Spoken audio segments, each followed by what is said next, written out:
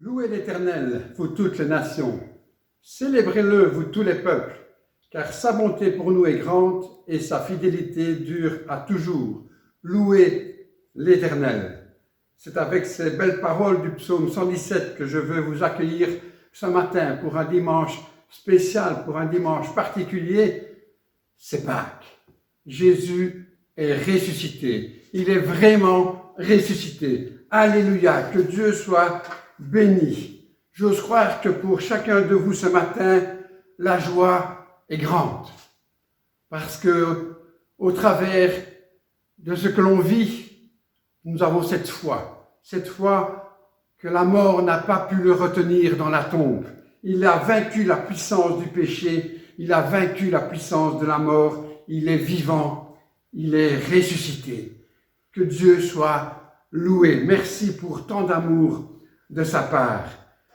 La Bible nous le révèle, parole vivante, parole toujours actuelle, parole toujours nouvelle, dirais-je. Chaque fois que je la lis, je découvre de nouvelles choses. Et même si chaque année nous lisons les mêmes récits dans la même période, chaque fois Dieu nous parle, il nous parle différemment. Et cette année, j'ai été interpellé particulièrement, mais j'aimerais pour cela vous lire avec vous dans l'évangile de Matthieu, au chapitre 28, les versets 1 à 10. Matthieu 28, 1 à 10. Après le sabbat, à l'aube du premier jour de la semaine, Marie de Magdala et l'autre Marie allèrent voir le sépulcre. Et voici, il y eut un grand tremblement de terre, car un ange du Seigneur descendit du ciel, vient rouler la pierre et s'assit dessus. Son aspect était comme l'éclair, et son vêtement blanc comme la neige. Les gardes tremblèrent de peur et devinrent comme morts. Mais l'ange prit la parole et dit aux femmes, « Pour vous, ne craignez pas, car je sais que vous cherchez Jésus qui a été crucifié. Il n'est point ici, il est ressuscité comme il l'avait dit. Venez, voyez le lieu où il était couché. » Et allez promptement dire à ses disciples qu'il est ressuscité des morts. Et voici, il vous précède en Galilée. C'est là que vous le verrez. Voici, je vous l'ai dit. Elles s'éloignèrent promptement du sépulcre avec crainte et avec une grande joie. Et elles coururent porter la nouvelle aux disciples. Mais comme elles allaient pour l'annoncer à ses disciples, Jésus vint à leur rencontre et dit, « Je vous salue. » Elles s'approchèrent pour saisir ses pieds et elles se prosternèrent devant lui. Alors Jésus leur dit, « Ne craignez pas. Allez dire à mes frères de se rendre en Galilée. C'est là qu'ils me verront. » Que Dieu bénisse sa parole, cette parole puissante. L'ange annonce à Marie et l'autre femme, l'autre Marie qui était là avec elle, il est ressuscité, il n'est pas au tombeau, regardez. Quel merveilleux message. Il est vivant. Alléluia. Et c'est vrai qu'en lisant ce passage, j'ai été interpellé par le fait qu'il y avait un tremblement de terre. Qu'est-ce qu'un tremblement de terre va faire dans ces circonstances? Vous ne trouvez pas cela interpellant, étonnant, surprenant pour ces femmes qui arrivaient au tombeau? Elles se posaient ces questions. Comment allons-nous rouler la pierre? Quelle sera aussi l'attitude de ces soldats qui étaient là, qui gardaient le tombeau? Est-ce qu'elles vont les laisser accéder? Certainement plein de questions dans leur tête. Vont-elles être rabrouées? Et puis, au moment où elles arrivent, un tremblement de terre. La pierre roule. Chose effrayante, les soldats, les gardes qui étaient là sont morts de peur. Mais l'ange s'adresse aux femmes. N'ayez pas peur. Celui que vous cherchez, Jésus-Christ qui a été crucifié, n'est pas resté dans la mort. Il est ressuscité. Il est vivant. Alléluia. Que Dieu soit béni. Je vous invite maintenant à prier. Seigneur, nous sommes là devant toi dans la reconnaissance et dans la joie de pouvoir vivre ce culte ensemble. Oui, Seigneur, tu es là au milieu de nous. Et nous voulons te dire bienvenue. Bienvenue, toi, Jésus, le vivant. Bienvenue au milieu de nous. Que ta paix, que ton amour reste et demeure avec chacun de nous. Que ta grâce, que ta bénédiction soit sur nous. Que ton esprit nous dirige, nous inspire et nous guide en toutes choses. Que ton nom soit béni. Amen. Et je vous invite à écouter un chant, un si grand miracle.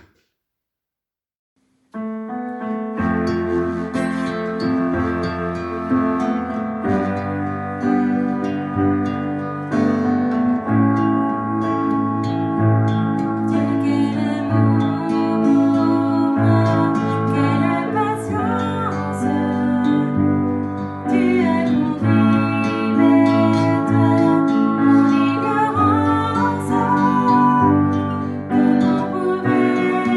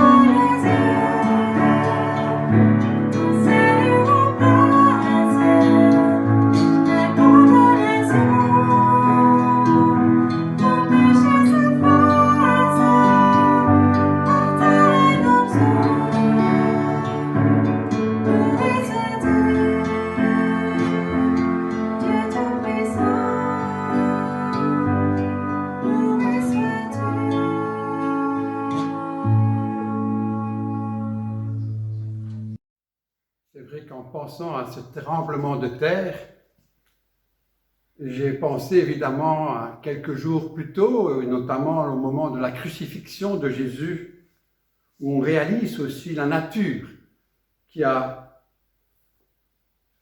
s'est manifestée. Il nous est dit que les ténèbres furent sur toute la terre, le soleil s'obscurcit, la terre trembla, les rochers se fendirent, les sépulcres s'ouvrirent. N'est-ce pas interpellant? Prenons-nous conscience de cette nature qui participe de différentes manières à ces moments précisément. C'est au moment où Jésus rend l'âme que les ténèbres sont là, qu'il y a des tremblements de terre, que les rochers se fendent. C'est au moment aussi où Marie et l'autre Marie arrivent et qu'il y a ce tremblement de terre. C'est précis. Comme si la nature voulait s'associer à ces événements, voulait peut-être aussi nous parler. C'est vrai que c'est interpellant. C'est bouleversant, dirais-je. Encore aujourd'hui, nous sommes témoins de cette nature qui se manifeste parfois de différentes manières. Et puis, je me dis qu'au moment de la mort de Jésus, n'était-ce pas de sa part un cri de colère, un cri de révolte, un cri d'injustice? Quelques-uns s'en sont peut-être rendus compte et on peut lire que notamment le centenier et ceux qui étaient avec lui pour garder Jésus là devant la croix, ayant vu le tremblement de terre, ce qui venait d'arriver, furent saisis d'une grande frayeur et dirent « Assurément, cet homme était fils de Dieu. » C'était un centenier, un soldat romain, avec d'autres Romains qui étaient là, qui quelque part n'avaient pas vraiment à voir avec la foi juive et avec tous ces enseignements de ce qui se passait, même s'ils entendaient certainement des choses. Et là, ils ont entendu les remarques face à Jésus sur la croix, les moqueries. Et là, ils en arrivent, eux, à avoir une affirmation. Celui-ci est certainement le Fils de Dieu. Était Fils de Dieu.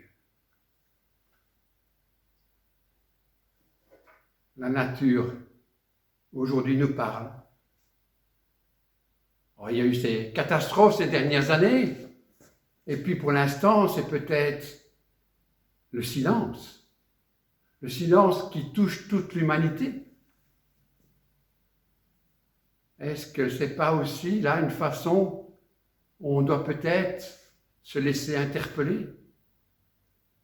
Où en est ma foi aujourd'hui dans ce Dieu dont la nature elle-même exprime des choses, lui qui a créé toutes choses. Et puis, comme vous l'avez vu en introduction, il nous est dit aussi dans ces récits que dans le temple, il y avait un lieu saint réservé, privé. Et le voile qui le protégeait, ce n'était pas un simple voile comme on vous a montré ici, c'était vraiment une tenture lourde, riche. Elle s'est déchirée par le haut. Alors, revenons un peu à cette image du temple.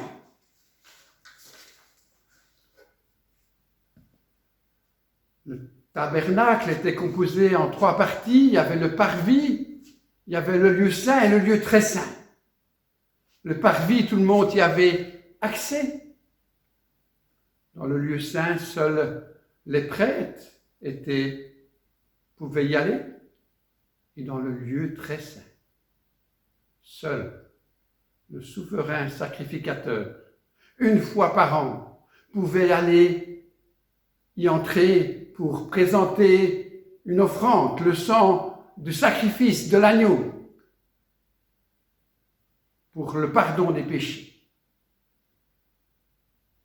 Et en réfléchissant à tout cela, je me suis dit, mais est-ce que dans leur façon de vivre à ce moment-là, de comprendre les choses, n'en était-il pas arrivé à confiner Dieu dans ce lieu? C'est là que Dieu était présent, et c'est là uniquement. Et il y avait ces intermédiaires, le souverain grand sacrificateur et les autres prêtres. Et puis là, le voile s'est déchiré. Il s'est ouvert à tous. N'est-ce pas interpellant?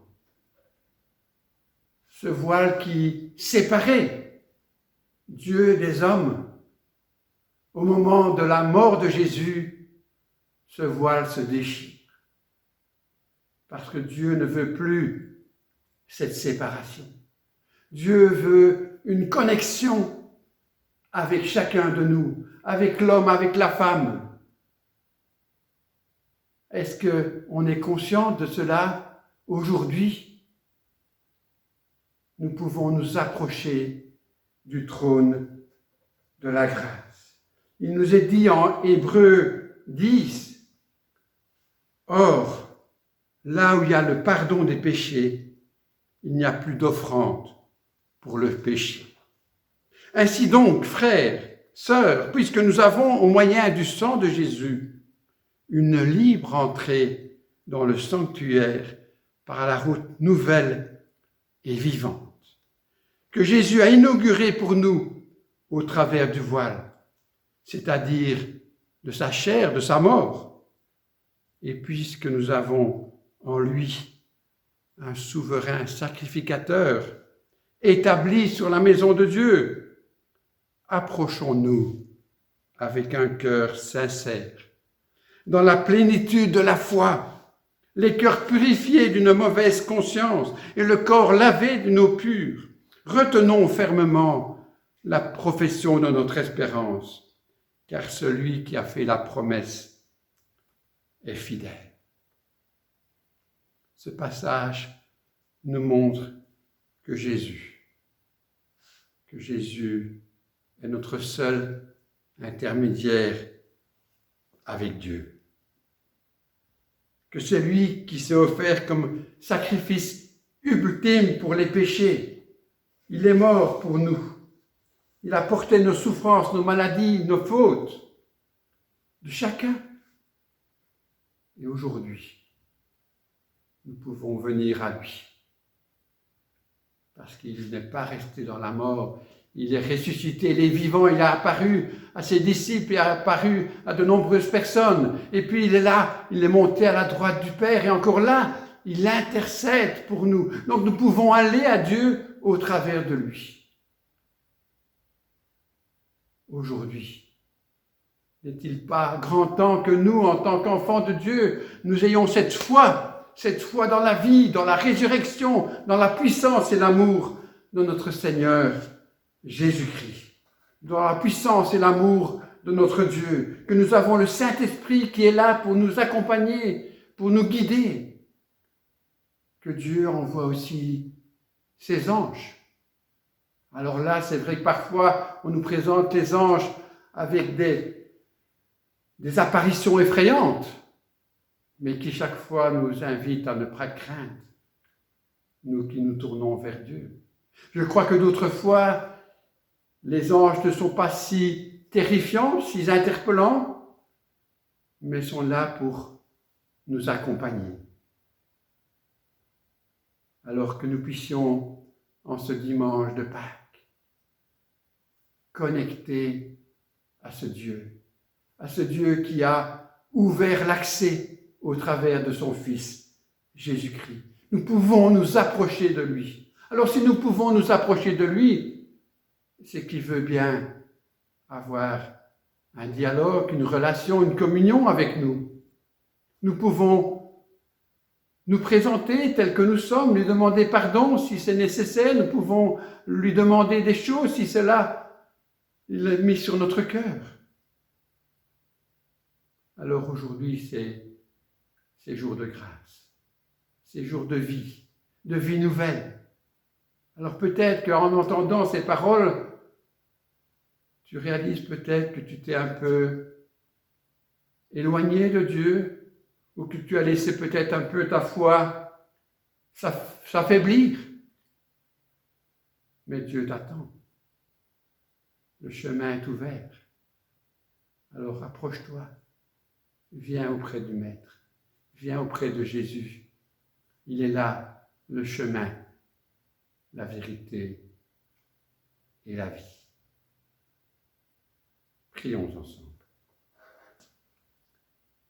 Voilà, Seigneur, c'est vrai que c'est dans la joie que nous sommes là devant toi, mais peut-être que ce matin, tu nous parles personnellement à notre cœur, et nous pouvons simplement, là où nous sommes, venir à toi, te dire notre besoin de ta présence dans nos vies, d'un renouveau, d'une foi plus grande, d'une foi affermie.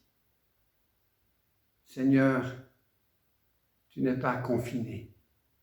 Tu es un Dieu qui vient auprès de nous, encore aujourd'hui. Alors permets que nous puissions t'accueillir, partager du temps avec toi. Seigneur, que toute la gloire, toute la louange, toute l'adoration te soit donnée. Merci. Merci pour ton Fils Jésus. Merci Père pour cet amour immense. Merci pour le Saint-Esprit que tu as envoyé. Que ton nom soit glorifié. Que ton nom soit béni. Que ta grâce nous accompagne. Gloire à ton nom. Amen.